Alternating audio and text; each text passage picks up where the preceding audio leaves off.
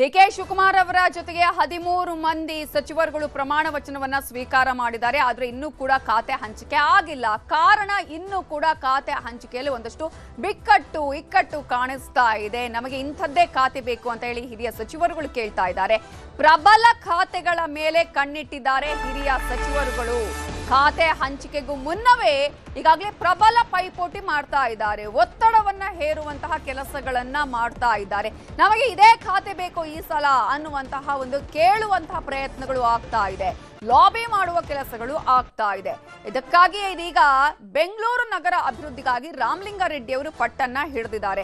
ಮತ್ತೊಂದು ಕಡೆ ಕಂದಾಯ ಖಾತೆಗಾಗಿ ಕೃಷ್ಣ ಬೈರೇಗೌಡ ಅವರು ಪಟ್ಟನ್ನ ಹಿಡಿದಿದ್ದಾರೆ. ನಮಗೆ ಇಂತಹ ಒಂದು ಖಾತೆಯನ್ನ ಕೊಟ್ರೆ ನಿರ್ವಹಣೆ ಮಾಡೋದಕ್ಕೆ ನಮಗೆ ಬಹಳ ಈಸಿ ಆಗುತ್ತೆ ಅನ್ನುವ ವಿಚಾರದ ಒಂದು ಕಡೆಯಾದ್ರೆ, ಈ ಹಿಂದೆ ನಮಗೆ ಮನಸ್ಸಿಲ್ಲದಂತಹ ಖಾತೆಗಳು ಸಿಕ್ಕಿತ್ತು. ಈ ಸಲ ಆ ಖಾತೆಗಳ ಬದಲಾಗಿ ನಾವು ಇಷ್ಟಪಟ್ಟು ಈ ಹಿಂದೆ ಕೇಳಿದಂತಹ ಖಾತೆಗಳು, ಇಂಥದ್ದೇ ಖಾತೆಗಳು ನಮಗೆ ಕೊಡಬೇಕು ಅನ್ನುವಂತಹ ಒತ್ತಡವನ್ನ ಕೂಡ ಹೇರಲಾಗ್ತಾ ಇದೆ. ಹಾಗಾದ್ರೆ ಪ್ರಬಲ ಖಾತೆಗೆ ಯಾವ ರೀತಿಯಾಗಿ ಪೈಪೋಟಿಯನ್ನ ಮಾಡ್ತಾ ಇದ್ದಾರೆ, ಸಚಿವರುಗಳ ಬೇಡಿಕೆ ಏನು ಅನ್ನೋದನ್ನ ನಾವು ನೋಡ್ತಾ ಹೋಗೋದಾದ್ರೆ, ಈಗಾಗಲೇ ಸಚಿವರುಗಳು ಒಂದಷ್ಟು ರೀತಿಯಾದಂತಹ ತಮಗೆ ಇಂತಹದ್ದೇ ಖಾತೆ ಬೇಕು ಅನ್ನುವಂತಹ ಒಂದು ಡಿಮ್ಯಾಂಡ್ ಅನ್ನ ಮಾಡ್ತಾ ಇದ್ದಾರೆ. ಅದರಲ್ಲಿ ಪ್ರಮುಖವಾಗಿ ಹಿರಿಯ ಶಾಸಕರಾಗಿರುವಂತಹ ಸಚಿವರಾಗಿರುವಂತಹ ರಾಮಲಿಂಗಾರೆಡ್ಡಿ ಅವರು ನನಗೆ ಬೆಂಗಳೂರು ನಗರಾಭಿವೃದ್ಧಿ ಖಾತೆನೇ ಬೇಕು ಅಂತ ಹೇಳ್ತಾ ಇದ್ದಾರೆ. ಡಿಕೆ ಶಿವಕುಮಾರ್ ಅವರ ಬಳಿ ಇತ್ತು ಈ ಖಾತೆ, ಆದ್ರೆ ಇದೀಗ ನನಗೆ ಈ ಖಾತೆಯನ್ನ ಕೊಡಿ ಅಂತ ಹೇಳಿ ಸಿಎಂ ಡಿಕೆ ಶಿವಕುಮಾರ್ ಅವರ ಮೇಲೆ ಒತ್ತಡವನ್ನ ಹೇರ್ತಾ ಇದ್ದಾರೆ. ಈ ಹಿಂದೆನೆ ನಾನು ಕೇಳಿದ್ದೆ, ಆಗ ಡಿಕೆ ಸುರೇಶ್ ಅವರು ನನ್ನ ಮನವೊಲಿಸಿ ಆ ಖಾತೆಯನ್ನ ಡಿಕೆ ಶಿವಕುಮಾರ್ ಅವರಿಗೆ ನೀಡುವಂತ ಹೇಳಿದ್ರು. ಆನಂತರ ಸಂಪುಟ ಪುನಾರಚನೆ ಆದ ಬಳಿಕ ನಿಮಗೆ ಆ ಖಾತೆ ನೀಡ್ತೀವಿ ಅನ್ನುವಂತಹ ಒಂದು ಭರವಸೆಯನ್ನು ಕೊಟ್ಟಿದ್ರು. ಹಾಗಾಗಿ ಯಾವ ಭರವಸೆ ಕೊಟ್ಟಿದ್ದೀರೋ ಆ ಭರವಸೆಯನ್ನ ಈಗ ಈಡೇರಿಸಿ ನನಗೆ ಬೆಂಗಳೂರು ನಗರಾಭಿವೃದ್ಧಿ ಖಾತೆಯನ್ನೇ ಕೊಡಿ ಅಂತ ಹೇಳಿ ಡಿಕೆ ಶಿವಕುಮಾರ್ ಅವರ ಮೇಲೆ ಒತ್ತಡವನ್ನ ಹೇರ್ತಾ ಇದ್ದಾರೆ ರಾಮಲಿಂಗಾರೆಡ್ಡಿ ಅವರು.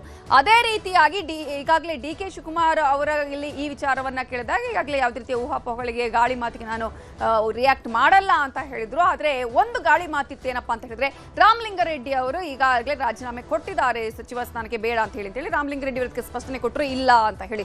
ಸೊ ಜಲಸಂಪನ್ಮೂಲ ಖಾತೆ ಸಿಗುವ ಸುಳಿವನ್ನ ಕೂಡ ಸಿಕ್ಕಿತ್ತು ರಾಮಲಿಂಗಾರೆಡ್ಡಿ ಅವರಿಗೆ. ಹಾಗಾಗಿ ವಿಧಾನಸೌಧದಲ್ಲಿ ಡಿಕೆ ಶಿವಕುಮಾರ್ ಅವರ ಮೇಲೆ ಒತ್ತಡ ಹೇರುವ ಪ್ರಯತ್ನ ಮಾಡಿದ್ರು, ಲಾಬಿಯನ್ನು ಕೂಡ ಮಾಡಿದ್ದಾರೆ. ಸಿಎಂ ಕಚೇರಿ ಮೀಟಿಂಗ್ ಬಳಿಕವೂ ಕೂಡ ಸಿಎಂ ಜೊತೆಯಲ್ಲೇ ಇದ್ದಾರೆ ರಾಮಲಿಂಗಾರೆಡ್ಡಿ ಅವರು. ನನಗೆ ಆ ಖಾತೆನೇ ಬೇಕು ಅಂತ ಹೇಳಿ ಪಟ್ಟು ಹಿಡಿದು ಕೂತಿದ್ದಾರೆ ಬೆಂಗಳೂರವರು. ಹಾಗಾಗಿ ಅವರಿಗೆ ನನಗೆ ಈ ಖಾತೆ ಬಹಳ ನಿರ್ವಹಣೆ ಮಾಡೋದಕ್ಕೆ ಇಷ್ಟ ಅಂತ ಹೇಳಿ.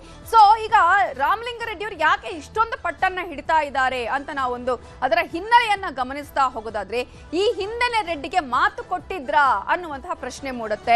ಸಾರಿಗೆ ಇಲಾಖೆ ಈ ಹಿಂದೆನೆ ಬೇಡ ಅಂತ ಹೇಳಿದ್ರು ಸಿದ್ದರಾಮಯ್ಯ ಅವರ ಸಂಪುಟದಲ್ಲಿ ರಾಮಲಿಂಗಾರೆಡ್ಡಿ ಅವರು. ಆಗ ಈ ಒಂದು ಮಾತುಕತೆ ಆಗಿತ್ತು. ಏನು ಆ ಮಾತುಕತೆ ಅಂತ ಹೇಳಿದ್ರೆ, ಅವತ್ತು ಖುದ್ದು ರಾಮಲಿಂಗಾರೆಡ್ಡಿ ಅವರ ಮನೆಗೆ ಡಿಕೆ ಸುರೇಶ್ ಅವರು ಹೋಗ್ತಾರೆ. ಡಿಕೆ ಸುರೇಶ್ ಅವರು ಹೋಗಿ ಆ ಖಾತೆಯನ್ನ ಡಿಕೆ ಶಿವಕುಮಾರ್ ಅವರಿಗೆ ಕೊಡಿ ಅಂತ ಕೇಳ್ಕೊಳ್ತಾರೆ.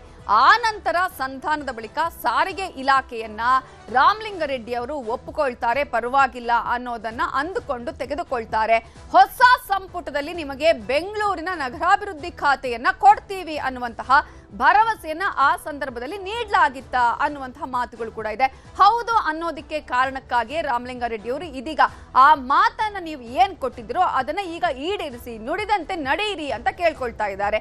ಈ ವಿಚಾರಕ್ಕೆ ಸಂಬಂಧಪಟ್ಟ ಹಾಗೆ ರಾಮಲಿಂಗಾರೆಡ್ಡಿ ಅವರ ಮಾತೇನು ನೋಡೋಣ. ಈಗ ಒಂದು ಒಪ್ಪಂದದ ಬಗ್ಗೆ ಚರ್ಚೆ ಆಗ್ತಾ ಇದೆ.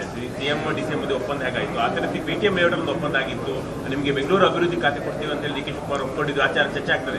ಅದ್ರ ಬಗ್ಗೆ ಮಾತಾಡಲ್ಲಪ್ಪ. ಸಿಗ್ಬೋದಾ ಸರ್ ಬೆಂಗಳೂರು ಅಭಿವೃದ್ಧಿ? ಸರಿ ಸರ್ ಹರಿಪ್ರಸಾದ್ ಇವತ್ತು ಸಂಜೆ ಒಳಗೆ ಖಾತೆ ಹಂಚಿಕೆಯನ್ನು ಮಾಡ್ತೀನಿ ಅಂತ ಸಿಎಂ ಹೇಳಿದ್ದಾರೆ. ನಮಗೆ ಯಾವ ಖಾತೆ ಮೇಲೆ ನಿರೀಕ್ಷೆ ಇದೆ ಸರ್? ರಾಮಲಿಂಗಾರೆಡ್ಡಿ ಸರ್ ಸರ್ ಯಾವ ಖಾತೆ ಮೇಲೆ ನಿರೀಕ್ಷೆ ಇಟ್ಟಿದ್ದೀರಿ sir? No comment. No comments ಅಂತ ಹೇಳಿದ್ದಾರೆ ರಾಮಲಿಂಗಾರೆಡ್ಡಿ ಅವರು. ಆದ್ರೆ ಡಿಕೆ ಶಿವಕುಮಾರ್ ಅವರ ಜೊತೆಗೇನೆ ಇದ್ದಾರೆ, ಲಾಬಿ ಮಾಡ್ತಾ ಇದ್ದಾರೆ. ಖಾತೆ ಹಂಚಿಕೆ ವಿಚಾರಕ್ಕೆ ಸಂಬಂಧಪಟ್ಟ ಹಾಗೆ ಡಿಕೆ ಶಿವಕುಮಾರ್ ಅವರು ಮಾತಾಡಿದ್ದಾರೆ.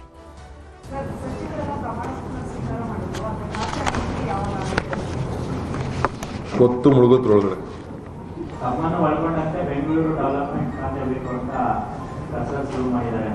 ಗಾಳಿಲಿ ಮಾತಾಡೋದಕ್ಕೆಲ್ಲ ಉತ್ತರ ಕೊಡೋಕ್ಕಾಗಲ್ಲ. ಊಹಾಪೋಹದ ಮೇಲೆಲ್ಲ ಮಾತಾಡೋಕ್ಕೆ ನಾನು ತಯಾರಿಲ್ಲ. That is old Shivakumar. So ಕೆಲವು ಸಚಿವರುಗಳಂತೂ ನಾವು ಈ ಹಿಂದೆ ಯಾವ ಖಾತೆಯನ್ನ ನಾವು ನಿಭಾಯಿಸಿದ್ವೋ ಆ ಖಾತೆಯನ್ನೇ ಕೊಡಿ ಅನ್ನುವ ವಿಚಾರವನ್ನ ಹೇಳ್ತಾ ಇದೆ. ಯಾಕಂದ್ರೆ ಅದನ್ನ ನಿರ್ವಹಣೆ ಮಾಡೋದಕ್ಕೆ ನಮಗೆ ಈಸಿ ಆಗುತ್ತೆ ಅಂತ ಹೇಳಿ ಆ ಒಂದು ಹಿನ್ನೆಲೆಯಲ್ಲಿ ಸತೀಶ್ ಜಾರಕಿಹೊಳಿ ಅವರು ಮಾತಾಡಿದ್ದಾರೆ, ಪ್ರಿಯಾಂಕ್ ಖರ್ಗೆ ಅವರು ಕೂಡ ಮಾತಾಡಿದ್ದಾರೆ. ಇದನ್ನ ಕೊಟ್ಟರೆ, ಯಾಕಂದ್ರೆ 3 ವರ್ಷ ಇದರಲ್ಲಿ ಸಂಶೋಧನೆ ಮಾಡಿದ್ದೀವಿ, ಕೆಲಸ ಮಾಡಿದ್ದೀವಿ. ಇನ್ನು ಮತ್ತೆ ಹೊಸದು ಕೊಟ್ಟರೆ 2 ವರ್ಷ ಬೇಕಲ್ಲ ಹುಡುಕ್ಲಿಕ್ಕೆ, ಅಂತೂ ಏನು ಕೆಲಸ ಮಾಡಬೇಕು, ಪಾಪ್ಯುಲಾರಿಟಿ ಜನಕ್ಕೆ ಮುಟ್ಟಿಸೋದಕ್ಕೆ ಟೈಮ್ ಆಗುತ್ತೆ. ಈಗಾಗಲೇ ಭಾಳಷ್ಟು ಜನ ಅವರವರು ಅಲ್ಲಿರುವಂಥ ಸಮಸ್ಯೆಗಳನ್ನು ಪರಿಹಾರಗಳನ್ನು ಈಗಾಗಲೇ ಕಂಡು ಹಿಡಿದಿದ್ದಾರೆ. ಸೊ ಅದು ಮತ್ತೆ ಈಸಿ ಆಗುತ್ತೆ ಅದನ್ನೇ ಕೊಟ್ಟರೆ. ಜವಾಬ್ದಾರಿ ಯಾವುದೇ ಕೊಟ್ಟರು ಕೂಡ ಎಲ್ಲರೂ ನಿಭಾಯಿಸಬೇಕು. ಪಕ್ಷದಿರ್ಬೋದು, ಸರ್ಕಾರದಿರ್ಬೋದು. ಕರ್ನಾಟಕ ಜನರ ಸೇವೆ ಮಾಡಲಿಕ್ಕೆ ಯಾವ ಸ್ಥಾನಮಾನನೂ ಚಿಕ್ಕದು ಅಲ್ಲ, ದೊಡ್ಡದು ಅಲ್ಲ. ಸೊ ಈಗಾಗಲೇ ಸಚಿವರುಗಳು ಈ ರೀತಿಯಾಗಿ ಹೇಳಿಕೆಯನ್ನ ಕೊಡ್ತಾ ಇದ್ದಾರೆ. ಆದ್ರೆ ಲಾಬಿಗಳ ಮೇಲೆ ಲಾಬಿ ನಡೀತಾ ಇದೆ. ಪ್ರಮುಖವಾಗಿ ನಮಗೆ ಇಂಥದ್ದೇ ಖಾತೆ ಬೇಕು ಅಂತ ಕೇಳ್ತಾ ಇದ್ದಾರೆ. ಮತ್ತೊಂದು ಕಡೆ ಕೃಷ್ಣ ಬೈರೇಗೌಡರು ಅವರು ಕೂಡ ಈಗಾಗಲೇ ಕಂದಾಯ ಖಾತೆಯ ಬದಲಾಗಿ ಅವರಿಗೆ ಬೇರೆ ಖಾತೆಯನ್ನ ಕೊಡುವಂತಹ ಒಂದು ರೀತಿಯ ಪ್ರಯತ್ನಗಳ ಆಗ್ತಾ ಇರುವ ಸಂದರ್ಭದಲ್ಲಿ ಈಗ ಕಂದಾಯ ಖಾತೆಯನ್ನೇ ನನಗೆ ಕೊಡಬೇಕು, ಅದರಲ್ಲಿ ನಾನು ಒಂದಷ್ಟು ಸುಧಾರಣೆಗಳನ್ನ ತಂದಿದ್ದೀನಿ ಇಲ್ಲಿವರೆಗೆ, ಹಾಗಾಗಿ ಇನ್ನೊಂದಷ್ಟು ಕೆಲಸ ಬಾಕಿ ಇದೆ, ಅದನ್ನ ಮುಗಿಸೋದಕ್ಕೆ ನನಗೆ ಸಾಧ್ಯ ಆಗತ್ತೆ ಅನ್ನುವಂತಹ ವಿಚಾರವನ್ನ ಕೂಡ ಹೇಳಿದ್ದಾರೆ. ಹಾಗಾಗಿ ಈಗ ಇರುವಂತಹ ಈ ಒಂದು ಖಾತೆಗಳ ಬಿಕ್ಕಟ್ಟು ಇದೆಯಲ್ಲ, ಇದನ್ನ ಯಾವ ರೀತಿಯಾಗಿ ಇದೀಗ ಶಮನಗೊಳಿಸಲಾಗತ್ತೆ ಅನ್ನುವ ಕುತೂಹಲ ಇದೆ. ಡಿ.ಕೆ. ಶಿವಕುಮಾರ್ ಹೇಳಿದ್ರೆ ನನ್ನ ಕೈಯಲ್ಲಿ ಏನೂ ಇಲ್ಲ, ಪಕ್ಷ ಅಥವಾ ಹೈಕಮಾಂಡ್ ಏನ್ ಹೇಳುತ್ತೆ ಅದನ್ನಷ್ಟೇ ನಾನು ಮಾಡೋದು, ಎಲ್ಲವೂ ಕೂಡ ಖಾತೆ ಹಂಚಿಕೆ ಕೂಡ ಹೈಕಮಾಂಡ್ಗೆ ಬಿಟ್ಟಿದ್ದು ಅಂತ ಹೇಳಿ.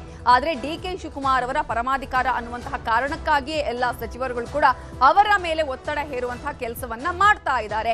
ಈ ಬಿಕ್ಕಟ್ಟನ್ನ ಯಾವ ರೀತಿಯಾಗಿ ಈಗ ಶಮನಗೊಳಿಸುವಂತಹ ಕೆಲಸಗಳ ಆಗತ್ತೆ, ಎಲ್ಲರನ್ನ ಒಗ್ಗೂಡಿಸಿಕೊಂಡು ಹೋಗುವಂತಹ ಕೆಲಸಗಳನ್ನ ಹೇಗೆ ಮಾಡಲಾಗತ್ತೆ ಅನ್ನುವಂತಹ ಕುತೂಹಲ ಅಂತೂ ರಾಜ್ಯದ ಜನತೆಯ ಮುಂದೆ ಇದೆ. ಪ್ರಮುಖವಾಗಿ ಈಗಾಗಲೇ ಇರುವಂತಹ 13 ಸಚಿವರುಗಳೇ ಈ ರೀತಿಯಾಗಿ ಲಾಬಿ ಮಾಡ್ತಾ ಇದ್ರೆ, ಪ್ರಮುಖ ಖಾತೆಗಳ ಮೇಲೆ ಕಣ್ಣಿಟ್ರೆ ಇನ್ನೂ ಕೂಡ 20 ಸಚಿವ ಸ್ಥಾನ ಬಾಕಿ ಇದೆ. ಹಾಗಾಗಿ ಆಗ ನಮಗೆ ಏನ್ ಸಿಗುತ್ತೋ, ನಮಗೆ ಸಚಿವ ಸ್ಥಾನ ಸಿಗುತ್ತಾ ಇಲ್ವಾ ಅನ್ನುವಂತಹ ಆತಂಕ ಕೂಡ ಈಗಾಗಲೇ ಇನ್ನು ಉಳಿದ ಆಕಾಂಕ್ಷಿಗಳಲ್ಲಿ ಕೂಡ ಇರೋದನ್ನ ನಾವು ಗಮನಿಸ್ತಾ ಇದ್ವಿ. ಇವತ್ತು ಸಂಜೆಯ ಒಳಗೆ ಖಾತೆ ಹಂಚಿಕೆ ಆಗತ್ತಾ? ಡಿ.ಕೆ. ಶಿವಕುಮಾರ್ ಅವರು ಹೇಳಿದ ರೀತಿಯಲ್ಲೇ ಖಾತೆ ಹಂಚಿಕೆ ಮಾಡಲಾಗತ್ತಾ? ಯಾರ್ಯಾರು ಯಾವ್ಯಾವ ಖಾತೆಗಳನ್ನ ಕೇಳಿದ್ದಾರೆ, ಆ ಖಾತೆಗಳು ಅವರಿಗೆ ಸಿಗುತ್ತಾ, ಸಮಾಧಾನ ತರತ್ತಾ ಅನ್ನುವಂತಹ ಕುತೂಹಲ ಇದೆ. ನೋಡೋಣ ಇವತ್ತು ಸಂಜೆ ಒಳಗೆ ಖಾತೆ ಹಂಚಿಕೆ ಆಗತ್ತಾ ಇಲ್ವಾ ಅನ್ನೋದು. ಇದುವೇ